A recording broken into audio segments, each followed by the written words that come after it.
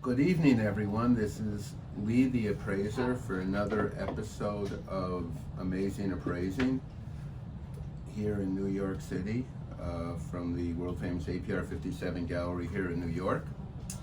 And hope everyone is well. Again, it looks like we're hopefully going to see shortly the end of this crazy and terrible pandemic that has pretty much touched everyone's lives.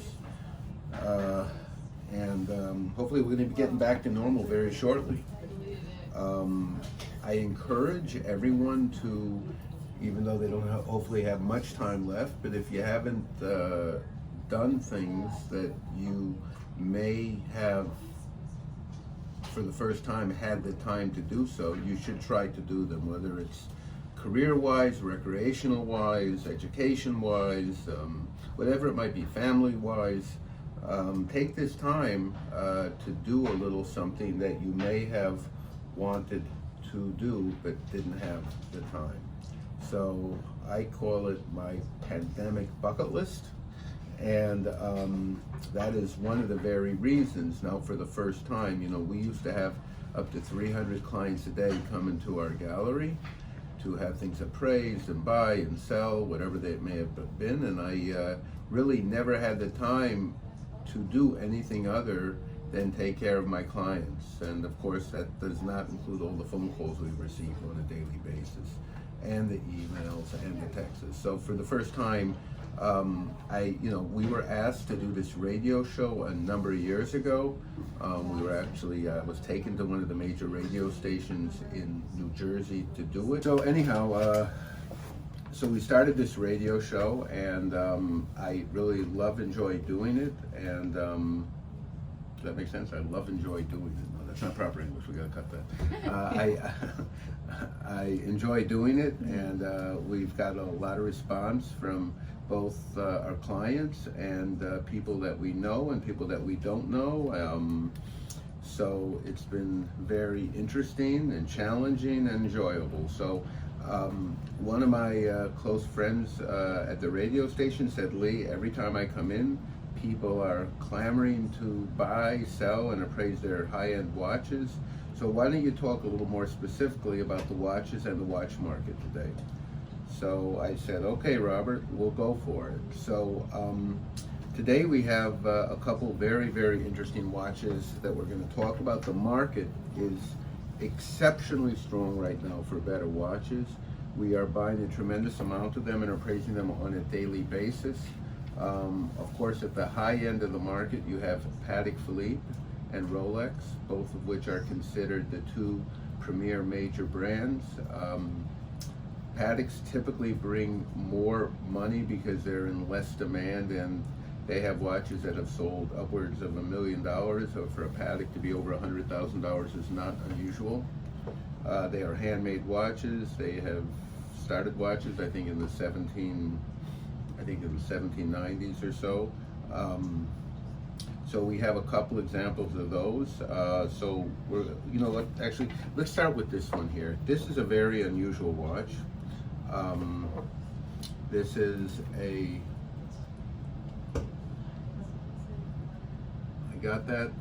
this is a watch that was made probably about 20 years ago. It's a skeleton front and back. What's unusual about this is the brand. Okay, it was made under the licensing agreement of our former president, Donald Trump. It is a Trump watch. It is large cased with gold casing, skeleton front and back. What's just unusual about it is that it's a very limited. When he was popular as a developer, and a lot of people, or let's just say there was less controversy and more people liked him, he was approached to do licensing agreements with various products. He had a line of suits. I think they were exclusively in Macy's and Bloomingdale's. I think it was called, the Trump signature line. They had ties, shirts, things like that. And he also gave his name to, I think, maybe one or two style watches. This happens to be a very, very handsome watch. And I think when they made it, the retail price was only a few $100s. However, we saw somebody selling these online for like $4,000. So we have one of these available. Just very cool that how just to name some things that you would never expect to be rare or valuable are coming into place today. So, so let me just talk about Patek Phillippe. So I'm going to talk about a couple of them. We came in with this watch recently. It's a Patek Phillippe from about 1949. The reference number is called 2526. It was their first automatic watch they ever made. Now, automatic means that the watch winds itself and by the movement of the wrist. Most Rolexes, in fact, are what they call Oyster Perpetual watches, which have the automatic movements. And that is one of the factors or key characteristics of a Rolex watch. And we were talking about a Patek Philippe 2526, which was their first automatic wristwatch they ever made. And what's unusual about this, when Patek made the watch, they wanted to make this watch basically as an indestructible watch. So the casing was 18 karat yellow gold. Now, over years, many dials will get worn, water damaged, etc. So they decided they wanted to make this watch with a special dial, and it was called baked enamel. So it was very shiny, and it was made out of enamel with typically gold markers and gold hands in the sub-second hand. And what happened actually was, over the years, the enamel started to wear a little. So the fact that they used a product that they thought would last for a lifetime actually lasted for a short period of time. So the example that we acquired, that the guy came in with, was in actually perfect condition. I'm going to just take it out of the case, and for the people that are seeing it, in fact, you can go to our YouTube channel. It's under APR57 NYC, or just APR57 NYC. You can look at it over there, and just see here. Okay, so you can take a clear picture of the front and back there and look at that. So this is considered to be one of their major accomplishments. There's only a couple of hundred of these that were probably made. The dial on the model we have is actually perfect. It has a waterproof screwback case on the back. The dial is absolutely perfect, and these watches fetch up to $75,000 to $100,000 in perfect condition. I think they made a couple of them with black dials that are even rarer and more desirable. If you should have any of these that you want to sell or appraise, any Patek Philippe's, by the way, or any Rolexes, we're happy to advise you on, look at them, give you free estimates on evaluating them, appraising them, or restoring them. We do all that work in-house typically at very, very reasonable prices. So this is one of the key Patek Philippe watches that we recommend people collect, and that major collectors do collect. So we have that, and we also have one of the very first Perpetual Calendars. It's a Patek Philippe reference number 3450, 18 karat yellow gold with the date on it, month, moon phase, and it's perpetual. That means Perpetual Calendar, for those who don't know, means that the mechanical movement or the automatic movement in it is programmed that typically, if you have a regular watch with a day and date feature and you set it up, and on February you only have 28 days in the month, so it is still going to say the 29th day or the 30th day or the 31st day, because typically there's 31 days in a month. So that means that you would have to manually wind or change the date on the watch on the 29th day of February. You'd have to move it to March 1st. So Perpetual Calendar means that the watch is actually programmed inside by hand to know that February only has 28 days, which is very, very cool. And this is done by hand.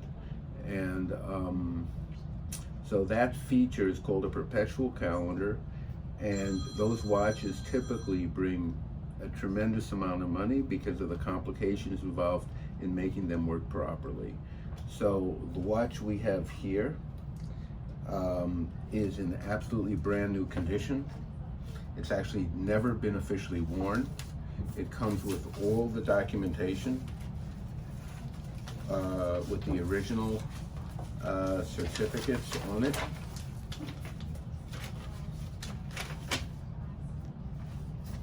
Okay, we have them here.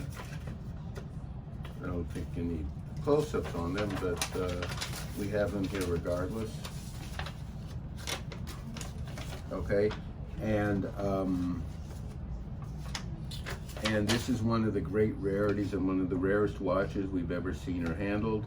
The retail price on this watch in this condition, of which it is probably the finest known, is in excess of $600,000. That's over $500,000, which is very cool. So again, if you guys have any watches that you wish to have appraised or sold or evaluated or repaired, we'd love to see them. We would consider ourselves to be the premier collector in the country and certainly in New York City. We're on 57th Street and Broadway. You can call or come in anytime you wish. We're typically open 6 days a week. And you can reach us at 212-246-2000. Call or text us at that number at your convenience. And we're happy to answer any questions you may have about these watches or anything else. We're going to talk about what's hot and what's not in the collectible market. So in general, everything is hot. Okay? Everything is hot. We're talking about high-end watches and jewelry and art and antiques. It seems that there's a tremendous amount of money out there from a combination of, I would say, several sources and several reasons. Of course, we have the government stimulus packages that are there. I think that there's also a psychology in people that have, for over a year now, have saved their money that they have not spent on vacations or other luxury items.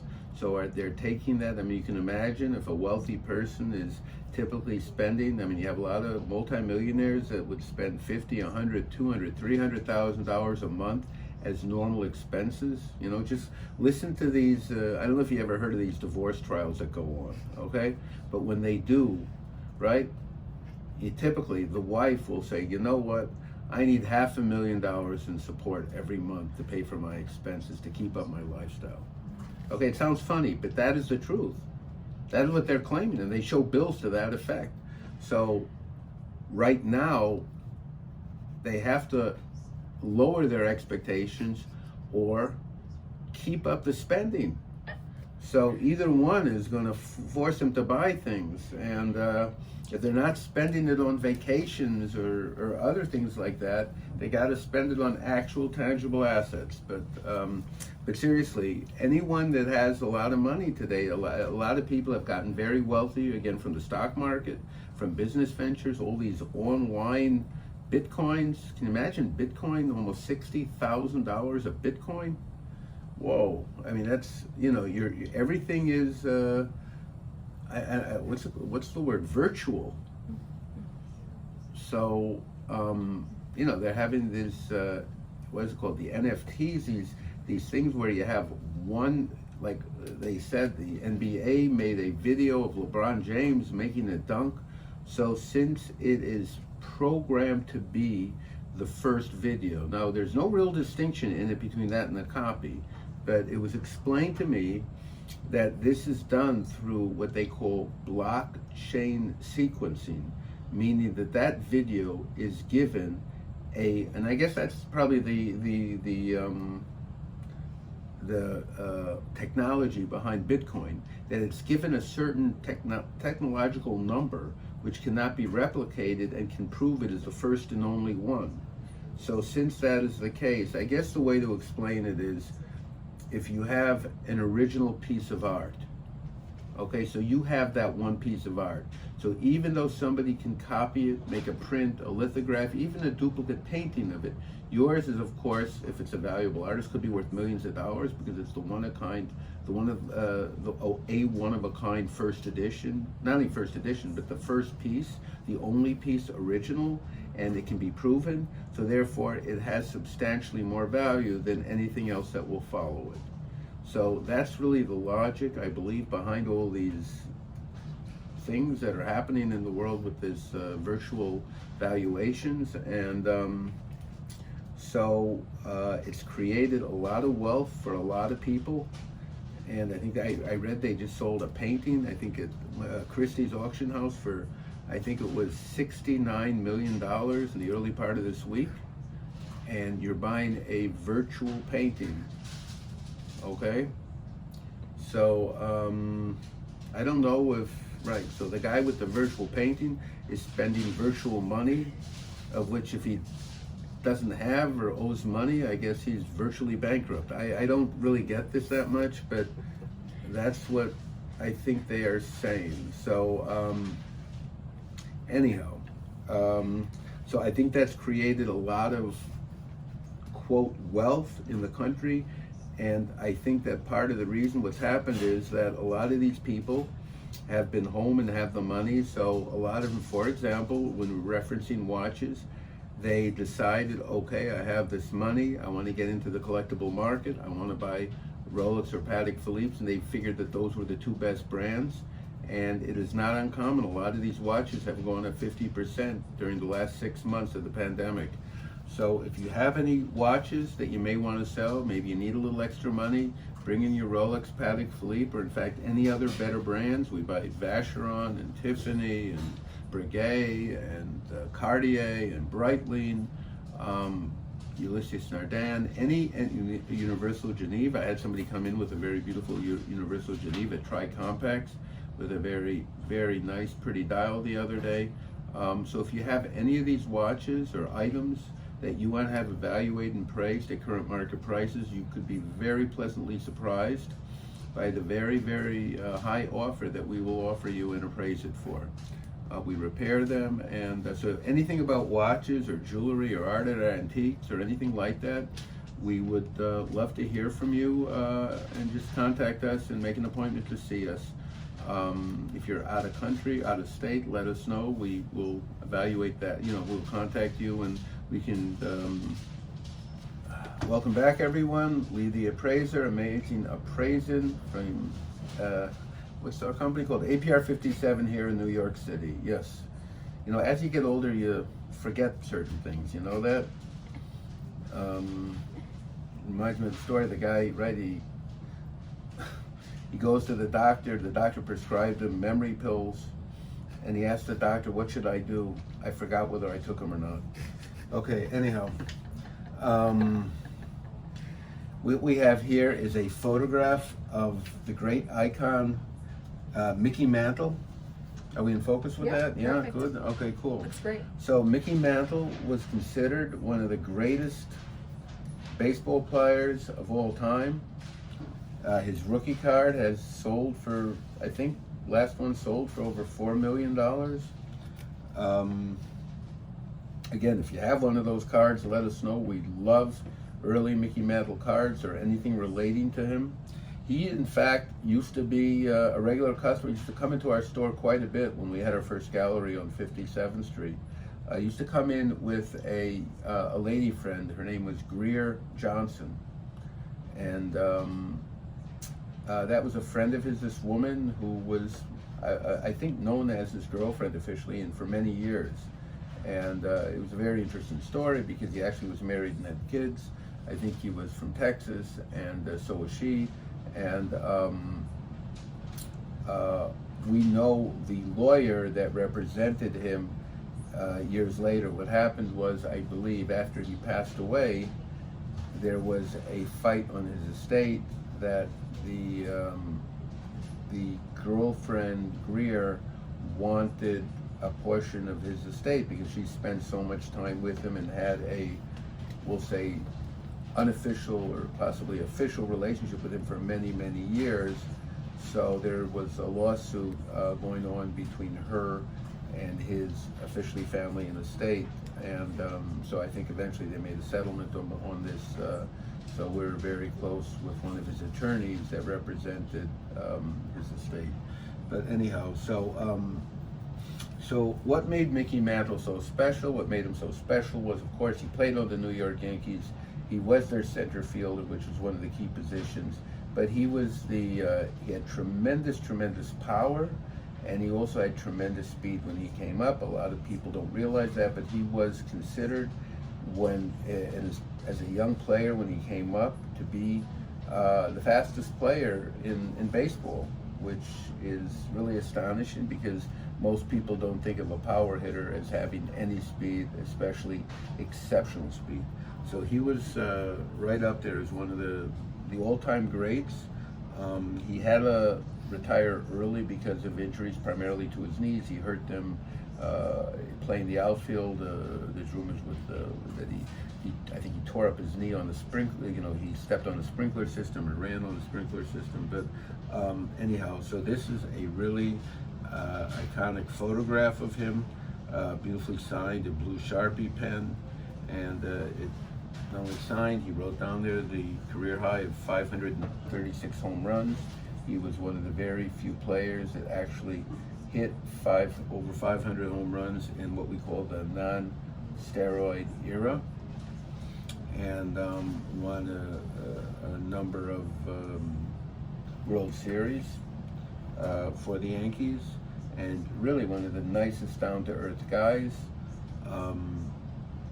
He joked about and was always known as somebody who could stay up all night, drink a lot. There was rumors that he used to party a lot with the ex-Yankee manager, controversial guy by the name of Billy Martin. They would stay up a lot all night drinking and having a good time, and then not even sleep and go right to the ballpark and have a great game playing, hitting and fielding. So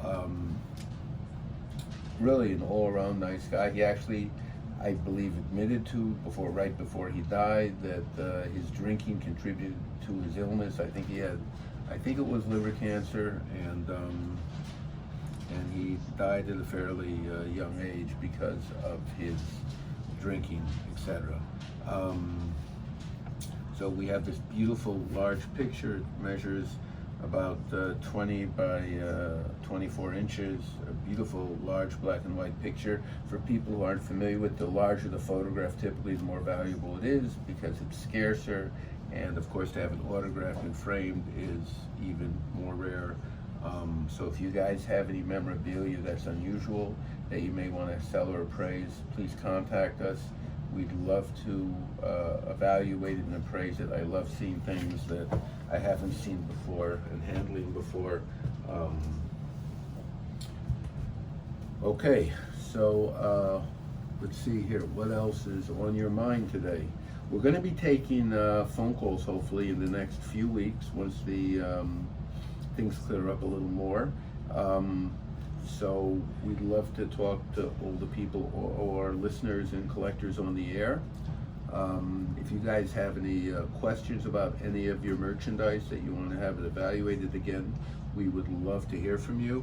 We're going to talk a little about Joe Dimaggio, who was the previous center fielder of the New York Yankees. Here's a picture actually of both of them, separate pictures, photographs, beautiful color pictures, beautifully signed by both of the players. Now we're going to talk about Joe Dimaggio a little. He was called the Yankee Clipper. That was his nickname. He also was their center fielder.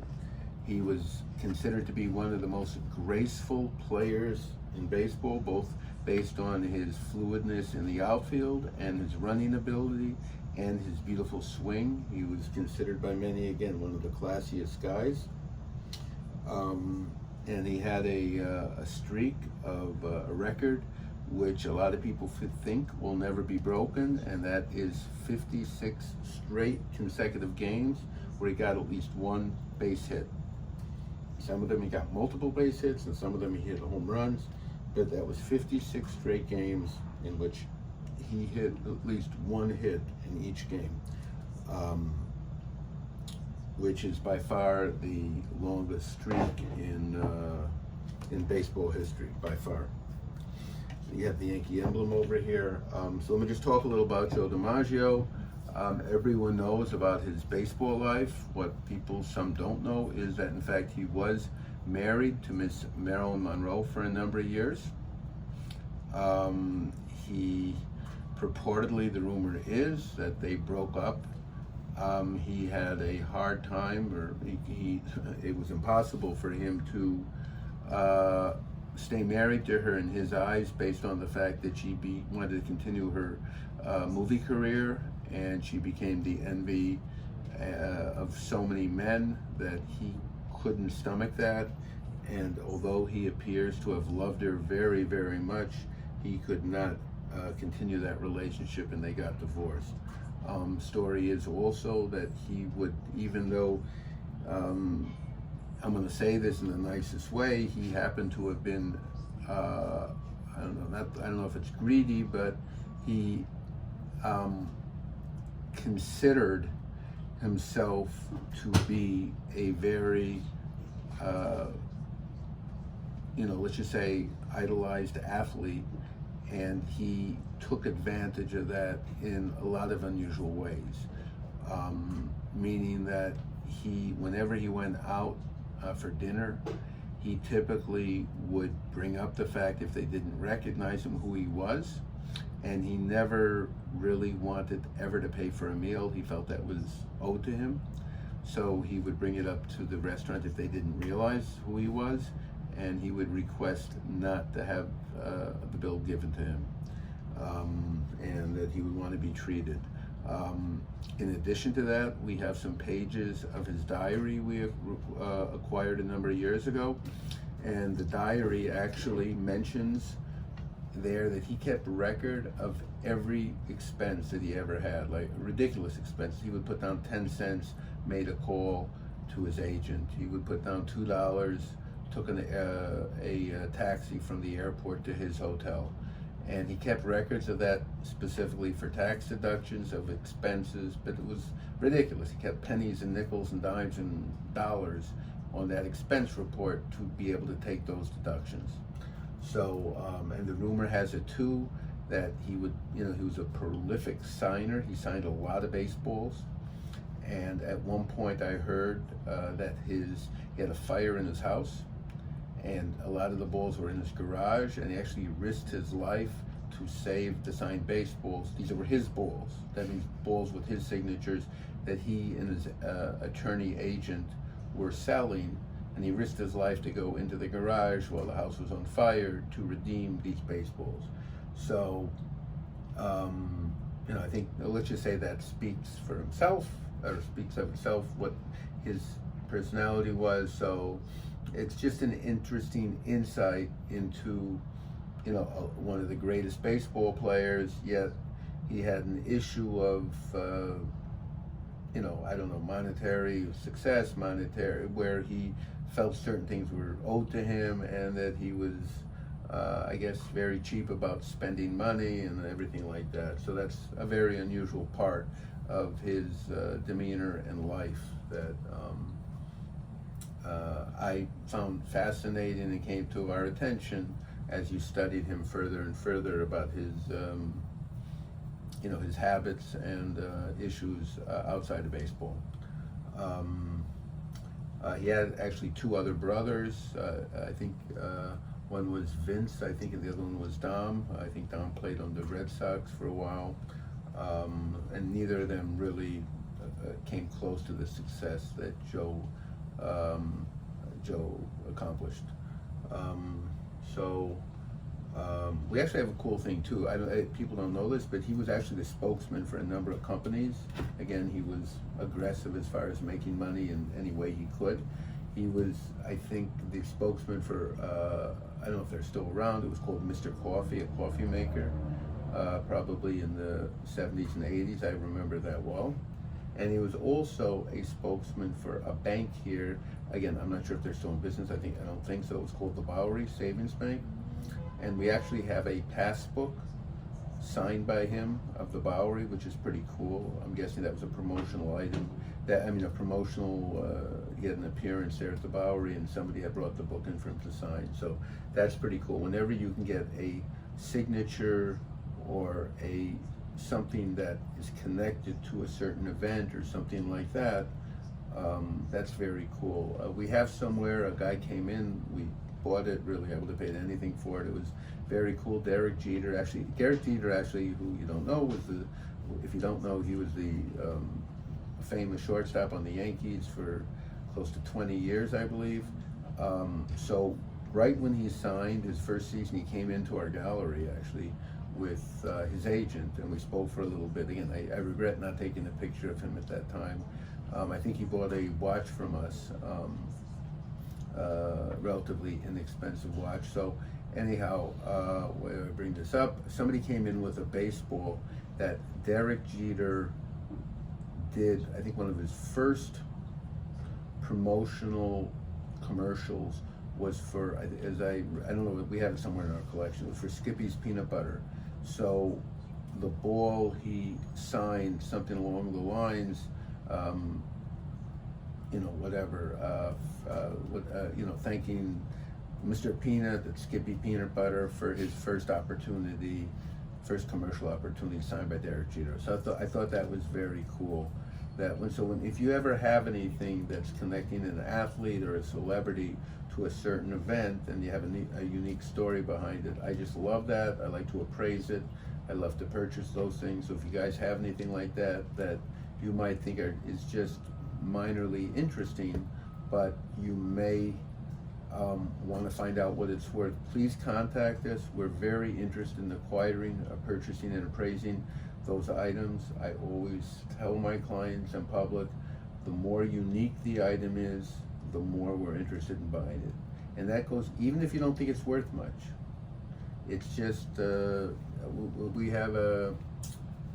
I just got in a picture of O.J. Simpson and the great defensive lineman Harvey Martin on the Dallas Cowboys, where they're walking off the field and Harvey signs and personalizes the picture, something along the lines of, "Dear O.J., you run like nobody else," something along those lines, which is very cool. In fact, I remember seeing, I think we have it somewhere in our collection, we found a magazine. It was called Jet Magazine.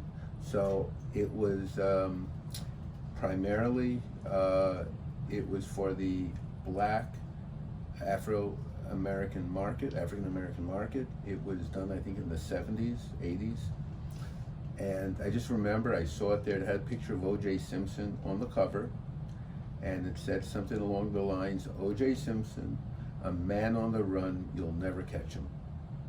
And of course, with some of the unusual incidents that happened over his career, especially, I guess it was 20 years ago now, something like that, right?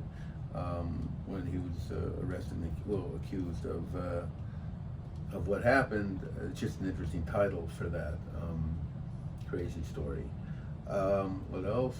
So anyhow, we're going to take another short break, and we will be right back.